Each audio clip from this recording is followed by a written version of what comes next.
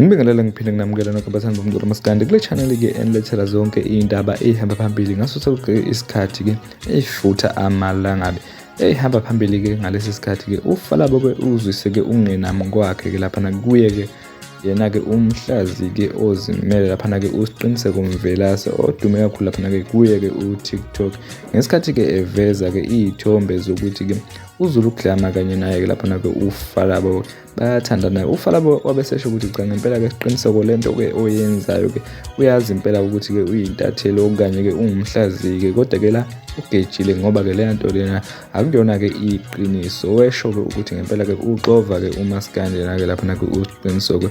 Ngabe kuthini-ke okwakho ukuphawula ngalezi y'thombe-ke ey'fakwe uSiqiniseko laphana ey'nkundleni zokuxhumana njengoba-ke esho-ke futhi ukuthi-ke laba bobabili-ke banento-ke abayihlanganisayo. Sesizwa laphana-ke ezazi comment section mbukeli uvo lwakho ukuthi wena-ke ngabe uthini ngalo-ke lolu daba. Sesohlangana-ke ngempela-ke bese-ke wenze njalo-ke mbukeli uphinde usubscribe. Bezingakuwe mbukeli-ke bese ngize nazo namhlanje. Siyabonga.